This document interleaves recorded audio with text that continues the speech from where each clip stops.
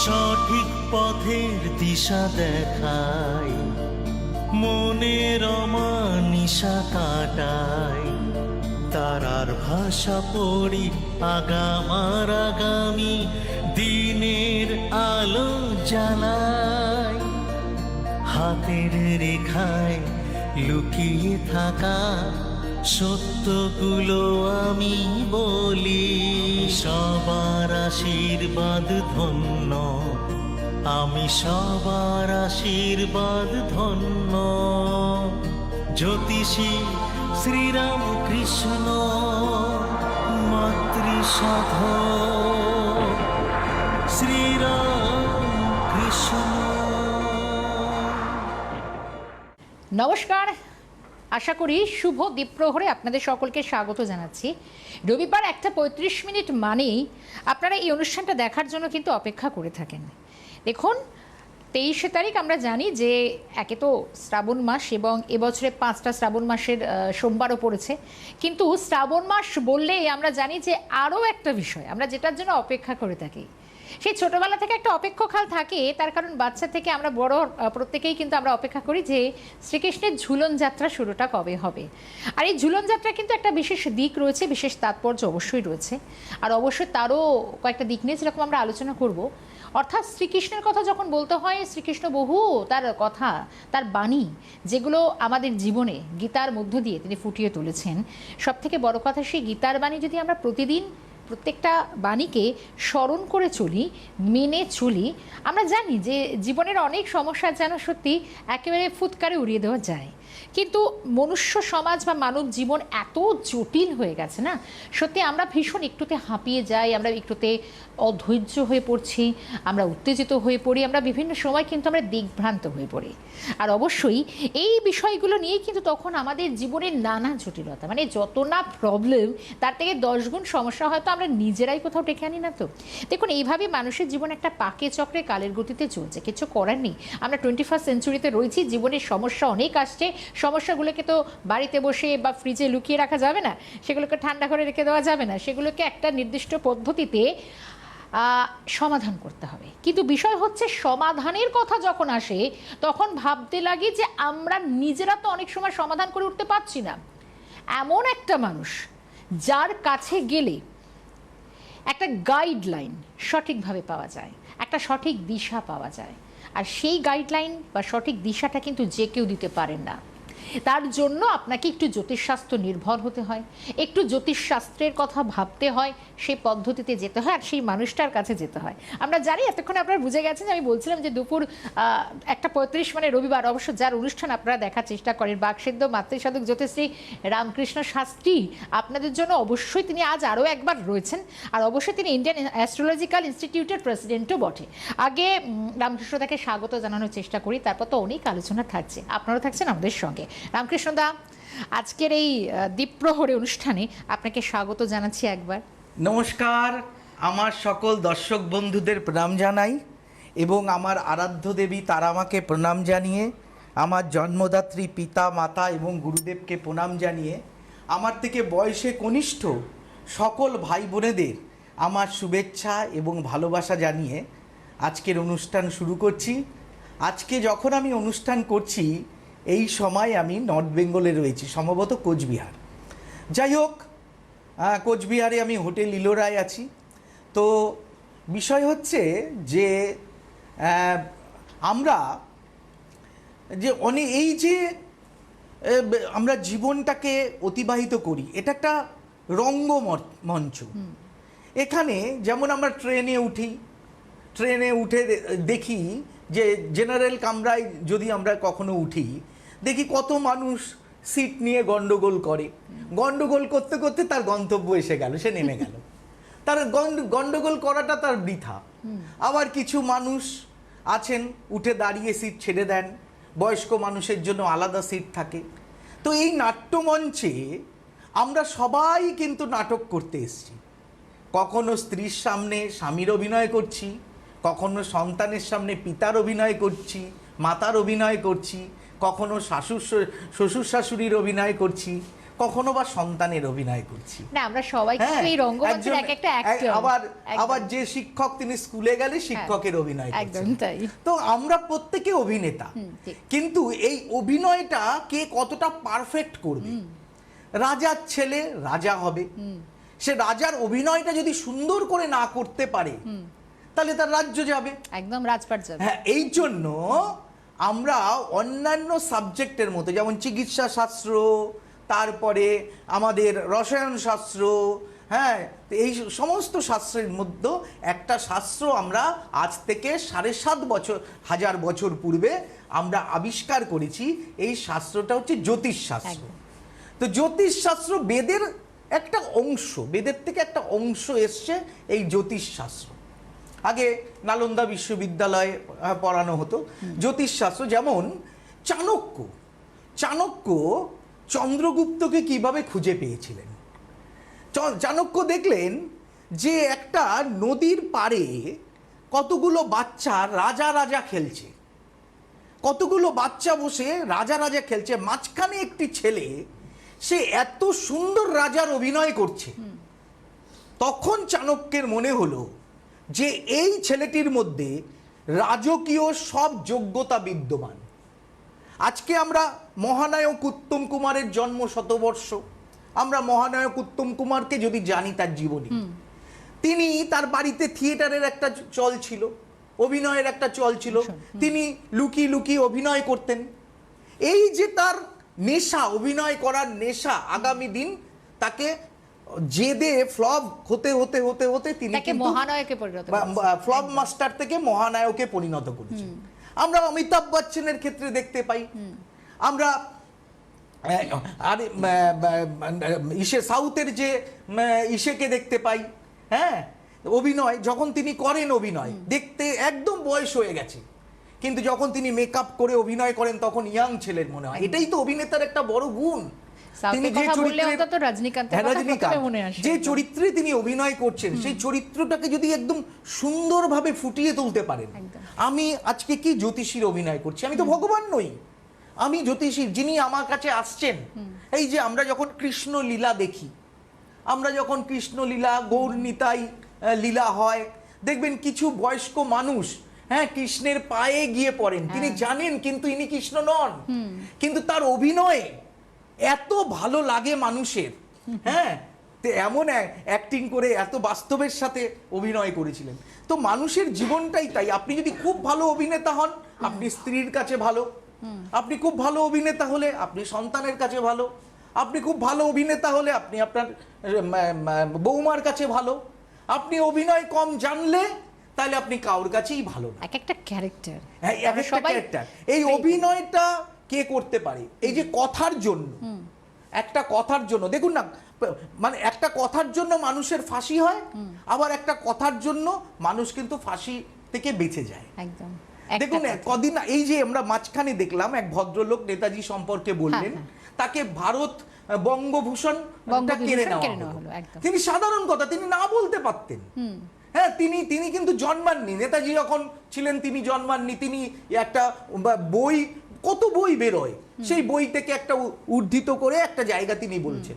কিন্তু আমরা বিষয়বস্তুটা না বুঝে যদি কোনো বক্তব্য বলি, সেই বক্তব্য মানুষের হৃদয়ে, যে একজন সম্মানীয় ব্যক্তি তার হৃদয়ে লাগতেই পারে। তো সেই জায়গা থেকে আমাদের জ্যোতিষ শাস্ত্র এমন একটা শাস্ত্র, এই শাস্ত্র, এই যে আমরা গ্রহ নক্ষত্রগুলো আমরা পাই, এগুলো কিসের দ্বারা পাই? আমরা প্রারব্ধ। দেখবেন একটা ছোট্ট বাচ্চা, সেই বাচ্চাটি জন্মাবার পর থেকে কৃষ্ণ নাম নিচ্ছে, এত শান্ত, বসে ধ্যান করছে, পড়াশোনা করছে, মাকে বলতে হচ্ছে না তুমি পর পর পর পর বলতে হচ্ছে না। সে সকালবেলা থেকে উঠে বই নিয়ে বসছে, পুজো করছে, মায়ের সাথে কাজ করছে, স্কুলে যাচ্ছে, সেই বাচ্চাটাকে বলতে হচ্ছে না, এবং ভালো রেজাল্ট করছে টিউশন ছাড়া। স্কুলের পড়াশোনার দ্বারা সে কিন্তু ভালো রেজাল্ট করছে। তার মানে ধরে নিতে হবে সেই বাচ্চাটি পূর্বজন্মে পণ্ডিত ছিল। এটা তার প্রথম জন্ম নয়। একটি বাচ্চা খালি গাছে উঠে যাচ্ছে, লাফাচ্ছে, এই করছে, মারামারি করছে, তার মানে বুঝতে হবে সে কয়েকটা জন্ম আগে পশু থেকে মাত্র 2-3টে জন্ম গ্রহণ করে মনুষ্য জন্ম নিয়েছে। মনুষ্য জন্ম আমরা নিয়েছে। 33 কোটি জনি আমরা কিন্তু অতিক্রম করি, হ্যাঁ, অতিক্রম করে আজকে আমরা কিন্তু মনুষ্য জন্ম নিই। এই যে গ্রহগত অবস্থান যেগুলো রয়েছে এগুলো আমরা শুধু শুধু পাই না। কখন আমরা মাতৃগর্ভে প্রবেশ করব, হ্যাঁ, কোন আত্মা প্রবেশ করবে, এগুলো সম্পূর্ণ কিন্তু নির্ভর মানে করে এই সবকিছু লুকিয়ে পূর্বজন্মের আছে কি প্রারব্ধের উপর। জ্যোতিষশাস্ত্রে? জ্যোতিষশাস্ত্রে আমরা জ্যোতিষশাস্ত্রের দ্বারা যারা মুনি ঋষি তারা এক একজন বিজ্ঞানী ছিলেন। একদম। আপনি বলুন না, এই যে এক একটা রাশি, আমাদের যে 12টা রাশি আছে, মেষ, বৃষ, মিথুন, কর্কট, সিংহ, কন্যা, তুলা, বৃশ্চিক, ধনু, মকর, কুম্ভ, মীন, এই যে রাশির যে ক্যারেক্টার, আপনি দেখুন মীন রাশির ক্যারেক্টারের সাথে মেষ রাশির ক্যারেক্টার মিলবে না, আবার মেষ রাশির ক্যারেক্টারের সাথে মকর রাশির ক্যারেক্টার মিলবে না, মকর রাশির ক্যারেক্টারের সাথে তুলা রাশির ক্যারেক্টার মিলবে না। এই রাশিগুলো এক একটা সিম্বল। এইগুলো কি করে হয়? নক্ষত্র, এই যে আমাদের নক্ষত্র আছে 28টা, হ্যাঁ, একটা নক্ষত্রকে ধরা হয় না, তো সেই 28টা নক্ষত্রের মধ্যে আমরা দেখুন না, এক একটা নক্ষত্রের জাতক জাতিকা যে পজিশনগুলো আপনি দেখুন। আমরা মানুষের যেমন শরীর, আপনারও চোখ আছে, আমারও চোখ আছে, আপনারও নাক আছে, আমারও নাক আছে, আমার চোখের সাথে হয়তো আরেকজনের চোখ মিলবে, কিন্তু আমার নাকের সাথে হয়তো সেই লোকটার নাক মিলবে না, তাই আমি আলাদা।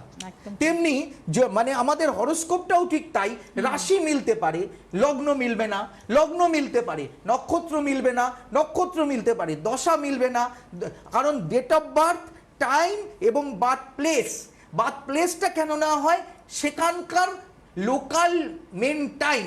আমরা যে ভারতবর্ষ এত বড় আমাদের একটা উপমহাদেশ, এই ভারতবর্ষের যখন আপনার সূর্য ওঠে ওয়েস্ট বেঙ্গলে, বোম্বেতে তখন সূর্য ওঠে না, একদম তাই। তাই জন্য কি করলো ভারত সরকার, IST Indian standard time, Allahabad থেকে ইন্ডিয়ান স্ট্যান্ডার্ড টাইম ধরা হলো, এলাহাবাদের টাইমটা ইন্ডিয়ান স্ট্যান্ডার্ড টাইম। এবার আমাদের লোকাল মেইন টাইম কাকে বলে? এখানে যখন একটা 90 ডিগ্রি একটা অ্যাঙ্গেলে একটা যদি আমি একটা লাঠি পুঁতে রাখি, যদি সেই ছায়াটা সম্পূর্ণ না দেখা যায়, তাইলে আমরা মনে করব সেই জায়গাটা তখন 12টা বাজে, তাহলে সেটাই হচ্ছে সেখানকার মেন লোকাল টাইম। এবার লোকাল মেন টাইমের সঙ্গে IST যখন আমরা মাইনাস করছি, তখন আমরা কিন্তু আমাদের মেন টাইমটা আমরা পেয়ে যাচ্ছি বার্থ প্লেসের টাইমটা। এই বার্থ প্লেসের টাইমে ওই জায়গায় কত ডিগ্রিতে গ্রহ নক্ষত্রগুলো রয়েছে সেইগুলো থেকে বিচার করে আমরা কিন্তু সেই সময় আকাশের সৌরমণ্ডলীতে যে গ্রহের অবস্থান ছিল সেইভাবে কিন্তু আমরা ক্যালকুলেশন। এই পুরোটাই হচ্ছে জ্যোতিষশাস্ত্র। জ্যোতিষশাস্ত্র একদম। আমরা আলোচনাটার সাথে আজকে বলছিলাম না যে অনেকগুলো দিক নিয়ে আলোচনা করব, জ্যোতিষশাস্ত্র কি, এর মাধ্যমে কি কি উপকার, মানে আমরা তো ছুটে যাওয়ার একটু চেষ্টা করি যে সেই মানুষটার কাছে যে আমাদের সেই দিকভ্রান্ত হয়ে যাওয়া পথটাকে সঠিক একটা ট্র্যাকে নিয়ে আসবেন। কিন্তু রামকৃষ্ণ দা, এই যে বিষয়টা, এই যে আমরা জ্যোতিষশাস্ত্র এত সুন্দর ব্যাখ্যা আমি মনে হয় না আর কেউ এত ভালোভাবে দিয়েছেন, কিন্তু এই যে জ্যোতিষশাস্ত্রকে অনুসরণ, জ্যোতিষশাস্ত্রকে মেনে চলায়, এর মাধ্যমে কি মানুষের জীবনের সত্যি প্রকৃত উপকার পেতে পারে?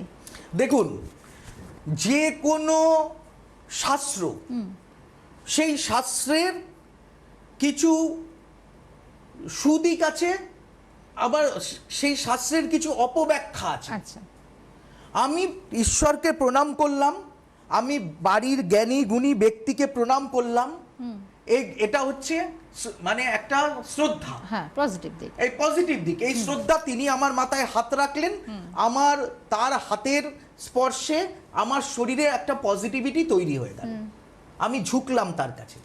কিন্তু আমি গাড়ি চালাতে চালাতে হঠাৎ মন্দির দেখে নমস্কার করছি, আমি যুদ্ধক্ষেত্রে পাহারা দিচ্ছি বর্ডারে বন্দুক নিয়ে, আমি বন্দুকটাকে রেখে বারবার নমস্কার করছি, এটা হচ্ছে ম্যানিয়া।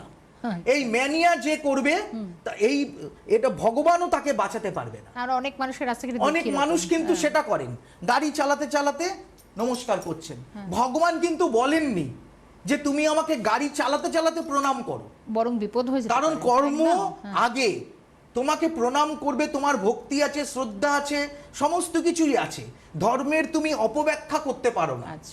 হ্যাঁ, পুজো করা আর প্রে করা সব দুটো জিনিস কিন্তু এক নয়। প্রে, হ্যাঁ, আর পুজো দুটো আলাদা জিনিস। তুমি পুজো যখন করবে তখন ঈশ্বরের কাছে পুজো করবে, পুজো দুরকম পদ্ধতিতে হতে পারে, একটা সাত্ত্বিক পদ্ধতিতে, একটা তান্ত্রিক পদ্ধতিতে, একটা শুদ্ধাচারে, একটা বিরাচারী। আচ্ছা। 2 রকম পদ্ধতিতে পুজো হয়। আমি কিভাবে পুজো করব, কেন করব এবং কি কারণে, অনেকে কি করেন জ্যোতিষশাস্ত্রের কিছু অপব্যাখ্যা আছে। আমি সমস্যায় আছি, মনে করুন আপনি সমস্যায় আছেন, প্রচন্ড ডিপ্রেশনে আছেন এবং ডিপ্রেশনে আছেন, আপনি সংসারে আর আপনার মনে হচ্ছে ভালো লাগছে না, একদম। তখন আপনি দুটো জিনিস করতে পারেন। বাড়ির থেকে বেরিয়ে চলে যেতে পারেন, কোনো একটা পার্কে গিয়ে বসে থাকলেন, কিছু সময় সেই জায়গাটা অতিবাহিত করলেন, কিংবা কোনো একটা নেশাদ্রব্য নিয়ে গিয়ে আপনি খেলেন, ঘুমিয়ে পড়লেন, সময়টাকে অতিবাহিত করলেন, কিংবা আপনি সেই সমস্যাটাকে বসে সেইটাকে শর্ট আউট করে সমস্যাটাকে মিটিয়ে দিলেন। 3টে দিক রইল। 3টে দিক কিন্তু রইল। একদম। কিছু কিছু মানুষ কি করেন, ধানে চালে মিশিয়ে বাঁচতে বলেন। তোমার বাড়িতে যখন অশান্তি হচ্ছে, তুমি অশান্তিতে পারছো না টিকতে, তুমি একটা কাজ করো, 50 গ্রাম সর্ষের দানা, 50 গ্রাম কাঁচা লঙ্কা, একটু গঙ্গা জল, একটু এই একটু ওই জোগাড় করে তুমি যদি এই ব্যস্ততার মধ্যে থাকো, হ্যাঁ, তাইলে কি হবে, তুমি আসল জায়গাটাকে ভুলে থাকছো। এই ভুলে থাকাটা কিন্তু সমস্যা থেকে মুক্তি পাওয়ার রাস্তা নয়, কখনোই না। আমার যদি দেশে আগুন লেগে যায়, যুদ্ধ লাগে, আমি যদি বসে গিটার বাজাই, হ্যাঁ, তাইলে আমি ভুলে থাকতে পারি, কিন্তু দেশের মানুষ ভুলে থাকতে পারে না। আমার কাজ হচ্ছে যুদ্ধটাকে বন্ধ করা, দাবানলকে বন্ধ করা, আগুনটাকে বন্ধ করা। আমি ভুলে থাকাটা কোনো রাজার কিন্তু কাজ নয়। না। রাজার কাজ, আগে জ্যোতিষ শাস্ত্র আমরা কাদের বিচার করতাম, এখন আমরা সবাই রাজা, আমাদের এই রাজার রাজত্বে আমরা মানে প্রজাতান্ত্রিক দেশে আমরা বাস করি। আমাদের দেশের থেকে, সাধারণ মানুষের থেকে একজন প্রধানমন্ত্রী হয়, রাজা হয়। হ্যাঁ, তো সেই জন্য আমরা প্রত্যেকে জ্যোতিষশাস্ত্রে নির্ভরশীল। আগে 10টা 12টা ছেলে মেয়ে হতো, কেউ ডাক্তার হতো, কেউ ইঞ্জিনিয়ার হতো, কেউ ঘুরে বেড়াতো, কেউ পার্টি করতো, কেউ মারা যেত জলে ডুবে, কিন্তু কেউ না কেউ তো ভালো হতো, সে আবার সংসারটাকে টেনে নিয়ে যেত।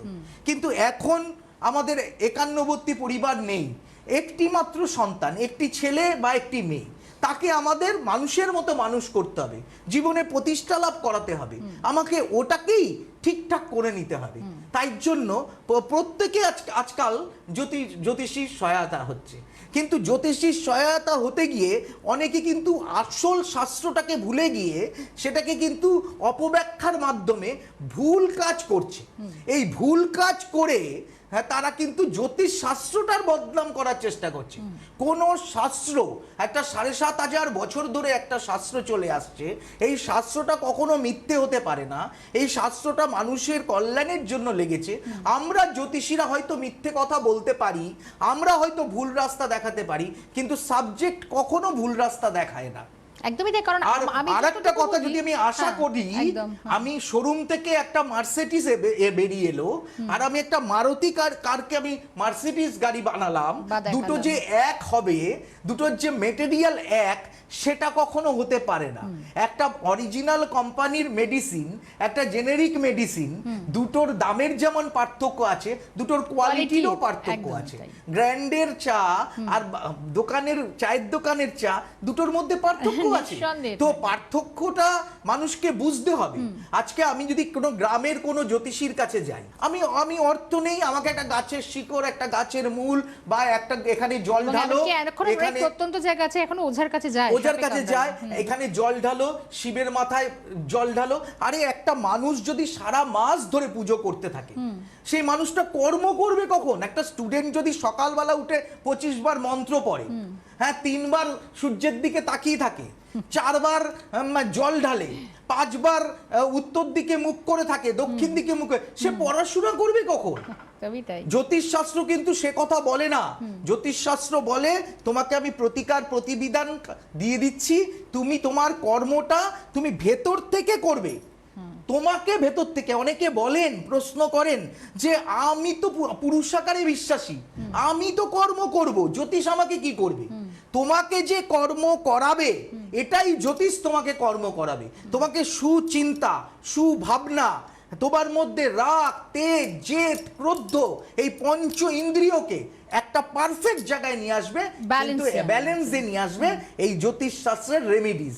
এই রেমেডিজ যখন তোমাকে একটা পারফেক্ট জায়গায় নিয়ে আসবে, তখনই তুমি পারফেক্ট হাঁটতে শুরু করবে। দেখবেন অনেকে যাদের যাদের বলে না, বা অনেকে দেখবেন হিস্টেরিয়া রোগ, হ্যাঁ, নানা রকম, অনেকে দেখেন ভূত দেখেন, আবার অনেকে হ্যালোসিয়েশন। কিন্তু আমার একটা প্রশ্ন আছে রামকৃষ্ণ দা, এটা আমরা আজকাল প্রচুর মানুষকে দেখি যে জ্যোতিষ নিয়ে চর্চা করছে, মানে প্রচুর দেখা যাচ্ছে, প্রচুর গলিতে গলিতে অনেকে জ্যোতিষ চর্চা করছেন, কিন্তু সবটা সঠিক কিনা আমরা জানি না। কিন্তু জ্যোতিষ চর্চা কি সব ধর্মের লোকেরা করতে পারে নাকি শুধু বাঙালিরা? দেখুন, সারা পৃথিবীতে আপনি গুগলে সার্চ করুন, সারা পৃথিবীতে আমেরিকান লন্ডন অফ অ্যাস্ট্রোলজি একটা ওখানে কোর্স করা যায়, লন্ডনে আছে। সারা ওয়ার্ল্ডে জ্যোতিষ কিন্তু নিয়ে চর্চা হয়। হ্যাঁ, আপনি বিশ্বের এমন কোনো দেশ পাবেন না যে দেশে অ্যাস্ট্রোলজি নিয়ে চর্চা হয় না। পাশ্চাত্য আমরা পড়েছি, কিরো পড়েছি, আমরা ব্রেনহাম পড়েছি, আমরা ব্রেনহামের বই পড়েছি, আমরা কিরো পড়েছি, হ্যাঁ, আমরা কিরো অমনিবাস পড়েছি, হ্যাঁ, আমরা যেমন পরাশর পড়েছি, ভিগু পড়েছি, হ্যাঁ, তেমনি আমরা কিরো, ব্রেনহাম এদের বইও পড়েছি।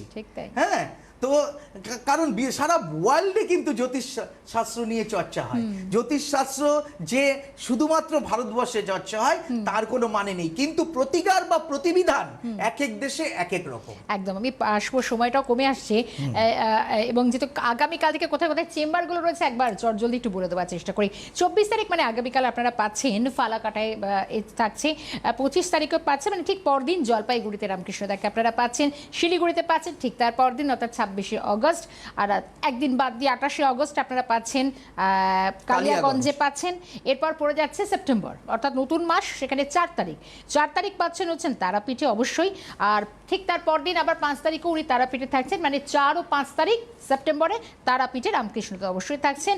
7ই সেপ্টেম্বর থাকছেন মেছেদায়, 8ই সেপ্টেম্বর মেদিনীপুর এবং 9 তারিখে আসানসোলে। তারাপীঠের কথা যখন উঠল রামকৃষ্ণদা বলতে হয়, এখন অনুষ্ঠানের শেষে চলে এসেছি, এই যে আপনি তারাপীঠে পুজো করেন, বা অনেকে আমরা বলি সবসময়, আমাদের দর্শকরাও জানেন যে বাকসুদ্ধ আপনি তারাপীঠে বহুবার গেছেন, বহু ক্ষেত্রে যে তন্ত্র সাধনা, পুজোর যে আঙ্গিকগুলো, তারাপীঠের এই পুজো একটা আলাদা বিশেষ উপকারিতা তো আছে। দেখুন, তারাপীঠের পুজো একটা তন্ত্রবিদ্যা, যেখানে ঋষি বশিষ্ঠ মুনি এই তারা মাকে চীন দেশ থেকে নিয়ে এসেছিলেন, এবং এই তন্ত্রবিদ্যা এমন একটা বিদ্যা, এটা বিরাচারী বিদ্যা, এটা ব্রাহ্মণরা শুধু করতে পারে তা না, এরা শূদ্র, ক্ষত্রিয় সবাই এই পুজোটা করতে পারে। এখানে উপোসের কোনো ব্যাপার নেই, এখানে মাছ, মাংস, ডিম খেয়ে আপনি পুজো করতে পারেন। এবং এই তন্ত্র পদ্ধতিতে মদ, মাংস, মৎস্য, মুদ্রা, মৈথুন পঞ্চমকারে এই পুজোটা হয়। এই পুজোর একটা বিশেষত্ব আছে, ইহ জগতে ঋষি বশিষ্ঠ বলেছিলেন, ইহ জগতে যে মানুষ যে সুকর্মের জন্য, বাধা বিপত্তি কাটানোর জন্য, মানুষের মনো অভিষ্ট যাতে পূর্ণ হওয়ার জন্য এই পুজোটা কিন্তু প্রচুর কার্যকরী।